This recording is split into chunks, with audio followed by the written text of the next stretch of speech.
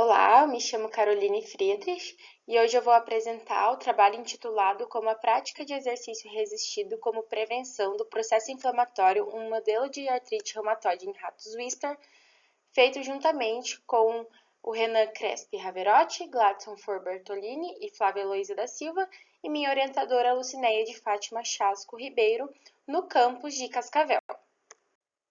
Então, contextualizando, a artrite reumatoide é uma doença crônica, autoimune e sistêmica que afeta, em sua maioria, mulheres de 40 a 59 anos, então são pessoas em um processo de envelhecimento, e possui fatores de risco como genética, número de gravidezes, hábitos de vida, e dentre suas características principais está a sinovite persistente, o edema e a mobilidade reduzida. Então, nessa imagem é uma articulação sinovial representada, de um lado ela saudável e de outro lado já acometida pela artrite, então com o número de células inflamatórias grandes presente. E o tratamento padrão é o medicamentoso. No entanto, ao passar dos anos, com elevadas doses, tem-se diversos efeitos adversos, como perda de massa muscular, riscos cardiovasculares, síndrome de Cushing, e por isso cada vez mais vem sendo estudados outras alternativas que não tragam tantos efeitos adversos. Entre eles está o exercício físico resistido, que é um exercício realizado contra uma resistência.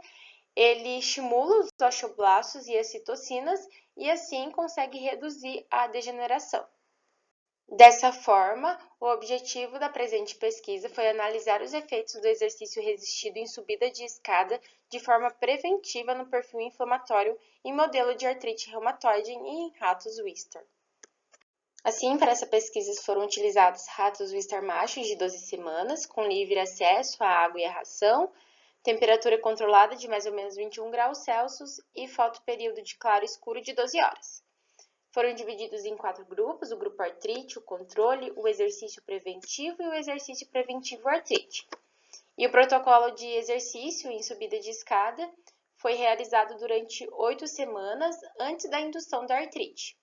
Então, era utilizada uma escada de 67 degraus de ferro com inclinação de 70 graus e a carga e o número de séries era progressiva ao longo do período experimental, e durante as séries, entre as séries, eles tinham um descanso de 2 minutos. Então, os animais fizeram os exercícios por 8 semanas e logo após foi induzido a artrite nos 2 grupos artríticos. Ela foi induzida através de 50 microlitros de CFA, foi realizada uma injeção no joelho do membro pélvico direito, e já os animais que não iam ter artrite, foi realizada uma injeção com uma solução salina. Isso para que eles passassem pelo mesmo estresse que os outros animais. Então, as análises, foi analisado o edema e o índice artrítico. O edema foi medido através de um paquímetro manual. Logo após a eutanásia, era realizada a contagem total de leucócitos. Então, numa câmara de Neubauer, eram contados 4 quadrantes.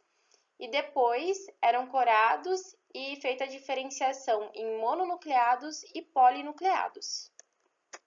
Aqui é uma foto da lâmina já corada, com mais grau de guinça, onde é possível fazer a diferenciação. Então, a estrela está demonstrando um leucócito mononucleado e a flecha um leucócito polinucleado.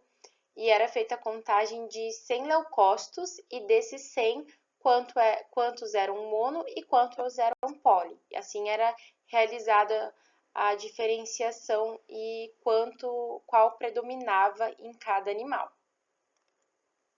Já nos resultados, é possível observar que a artrite foi induzida corretamente, pois ao comparar o edema articular e o índice articular ao longo do período experimental, ambos ficaram significativamente aumentados no grupo artrite.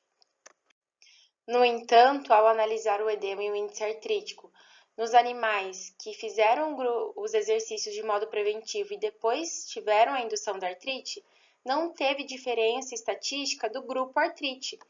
E da mesma forma, o grupo que realizou exercício e não teve artrite não se diferenciou do grupo controle.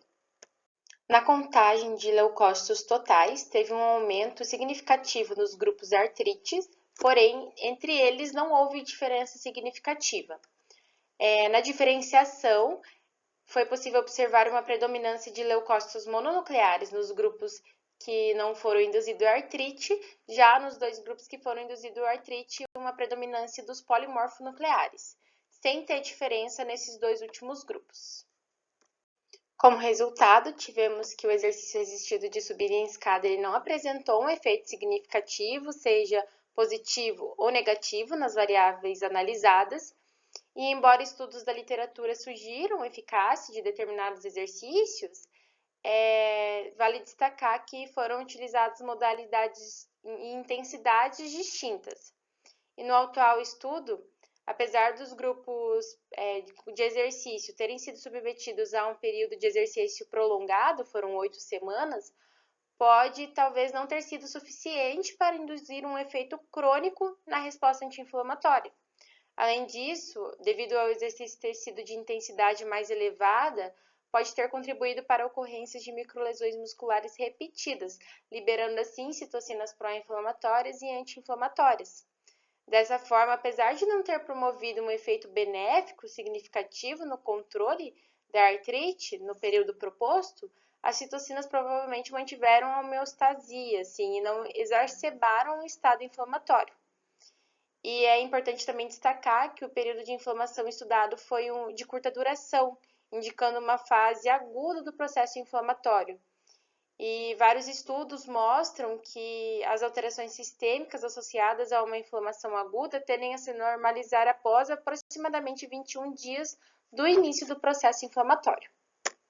Assim, concluímos que o modelo de CFA mostrou-se eficaz em reproduzir as características da artrite reumatoide, pois ocorreram manifestações na articulação dos grupos artríticos, como aumento do edema, da quantidade de leucócitos, e a hipótese desse estudo sugeria que o exercício físico resistido de subir em escadas poderia prevenir o processo inflamatório no modelo experimental, e embora não tenha demonstrado resultados significativamente positivos, vale ressaltar que o exercício ele não exacerbou as análises inflamatórias, sugerindo uma possível neutralidade ou estabilidade desses parâmetros em resposta à intervenção.